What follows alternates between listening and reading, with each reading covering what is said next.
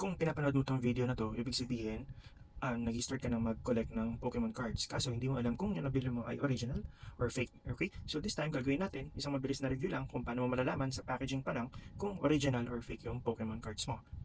Start natin ngayon dito sa English version. Itong English version na Silver Tempest, sorry kasi nakakat na siya dito dahil bukas na siya. Okay, mapapansin mo yung seal niya is ganito, very tight, no? Sealed na sealed talaga siya. And then yung sa ibabaw nan, ganun din. So kung ano yung nasa ilalim niya, ganun din sa ibabaw. Very sealed siya. Hindi mo siya mabubuksan ng ganun lang. Okay? And then yung sa Japanese cards naman, or sa Japanese version, this one is Shiny Treasure EX. Yung kare-release lang din last year and then na-reprint din agad. Mapapansin mo, yung seal niya sa baba and yung seal niya dito sa taas is the same din. May ganito siya. Matatandaan nyo, pagka bumili kayo ng booster packs, minsan makikita nyo may butas na siya dito and then yung seal niya talaga sa ibabaw is ganun din, kaparehas din sa English na napaka-tight din. Ayan, ganyan siya. Ganyan yung itsura niya pag bumibili kayo ng Japanese version. And also, tingnan nyo yung prints niya. No? Ayan, very clear. Okay? Nga, for sale in Japan only and made in Japan. And then yung sa English version naman, ganito din. Ayan, very clear siya. Kung ano yung nakaprint niya, basang-basa mo talaga. Walang smudges ng print or anything.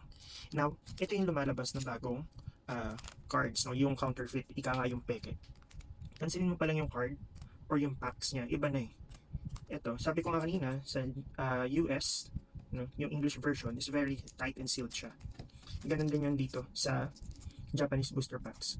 No, to the point na pagbukas mo na nga talaga, yung makikita mo sa mga ibang vlogs is diretso siya. Ganyan. Tingnan mo ito. Ito yung peke. Hindi ko pa siya binubuksan, personally, ng todo. Pero tingnan mo, open na siya agad. Ganun lang kalus yung pagka-seal niya. Ganyan lang siya. And sa price, talagang magugulat ka dahil napakababa niya. Tingnan mo rin yung prints niya. Dito pa lang makikita mo na peke na siya. Ayun. See? Masyadong malayo. Masyadong malayo yung difference niya sa mga original Pokemon cards. Ito, open na ngayon yung packs. Pagka open mo ng packs, mapapansin mo, meron yan tatlong klase. Holo, reverse holo, tsaka full art. Ito yung holo. Pansinin niyo yung itsura niya. Yung print niya, ayan, clear, malinaw. And then also, tingnan mo. No, ano siya, malinis yung paggagawa. Ito naman yung reverse holo. Sa reverse, sa English version, pagka kunwari ang Pokemon is water type, mapapansin mo no, sa holo niya is water din yung nakalagay. Yan, ganyan siya. Anyway, naka penny sleeve na siya kasi ingat na ingat ko siya lalo na yung pagkaganyan English version. Ito sa full art, tingnan mo, malinis din siya. Okay? Yung likod na ganyan. Pagka sa English version, yan, yung blue. Ito naman yung sa Japanese version. Japanese version, ganito siya. Ito yung holo niya. Ganda, no? Yan. Ito naman yung reverse holo niya. Kasi parang may glitters lang siya. Ganun siya. Ganun yung reverse holo niya. Yan. And then, ito naman yung full art. Yung full art, ang galing, no? Ayan, malinis yung pagkagawa niya. Yan. So, parang gold siya, yung borders niya, pagka Japanese version. And this is for Regisurf na variant. Ito naman tayo ngayon sa fake o yung fake part, no, ng Pokemon.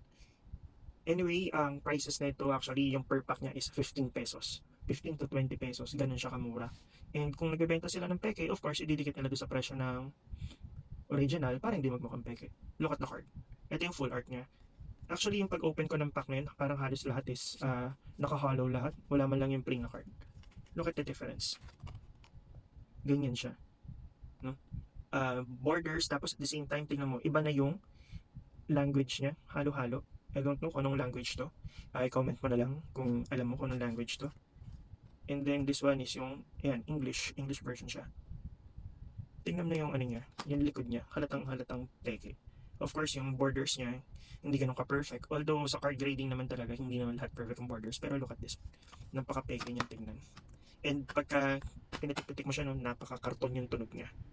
Ayan, wala rin siyang ganun ka-gloss or hindi siya ganun kagandang tignan. Not unlike sa original, no? Parang light blue siya. And this one is dark blue. Usually kasi yung mga ginagawa ng mga gumagawa ng counterfeit, yung mga peke, yung galing China is ganito, napaka-light versus dito sa original. Ayun. So, yun lang. Ito na yung last part. Ito yung part na pinakaayaw ko na gagawin natin sa isang Pokemon card. Pero, tignan natin, okay? Para malaman nyo lang yung difference ng original sa fake na Pokemon cards. So, ang gagawin natin, pupunitin natin siya. Titignan natin yung nakikita natin sa ibang YouTube videos. Yung sinasabi nilang may black line, green line, and then yung sa wala. So, this one is from English version ng Pokemon. Let's see, no? Pupunitin natin, titignan natin siya. Medyo mahirap nga lang. Iyon. So, kung titignan nyo, no? Ayun siya. Meron siyang mga black markings. Ayun. May mga black markings siya, no? Yun yung patunay daw na original lang isang Pokemon card. Yung print niya, meron siyang black. No? Mapapansin mo. Yun, nakakulay siya. Ayan. Yan. And then, pagka Japanese version naman daw, let's see, no? Ulit natin. Sayang na sayang yung card. Ayan. Kung titingnan mo siya in up close, meron siyang parang green. No? Ito yung green na parang smudges din. Ayan. At saka yung print niya, talagang print na print siya. Ayan. Yung mga green niya, kitang-kita mo siya. This is for the Japanese version. And then, ito yung sa last part. Yung fake o yung counterfeit. Tingnan natin. Ganyan siya. Papel na papel. Parang siya yung sa computer shop, no? Yung nagpapaprint ka, tapos itong foil, ganyan nilagay lang. Wala siyang ka-quality. Check mo rin yung papel niya. Napakanipis. Ayun. So, sana huwag na tayo mabot sa ganitong part. No? Pagka bumibili ka ng Pokemon card, talagang medyo costly siya. Lalo yung mga original. Kasi kadalasan, no? Yung mga ganitong peke, 15 to 20 pesos lang, okay na. And then yung mga ganitong original na Japanese version, which is yung, ito kasi Shiny Treasure EX. So, mga nasa 400 pesos ang isa. Pero yung mga regular booster packs, like yung mga Raging Surf, yan, nasa 100 pesos, mahigit lang siya, 110, yung mga ganun. And then yung, ito, yung, of course, yung English version, na Silver Tempest, no, nasa 200 plus siya. I think 260, mga ganun. Kasi ito 10 pieces. Tapos may kasama kang code card. Ito sa Japanese naman, yung mga regular booster packs usually 5 lang siya, pero wala siyang kasamang code card. Ito, ewan ko dito. Ayun lang, sana may natutunan kayo. Thank you.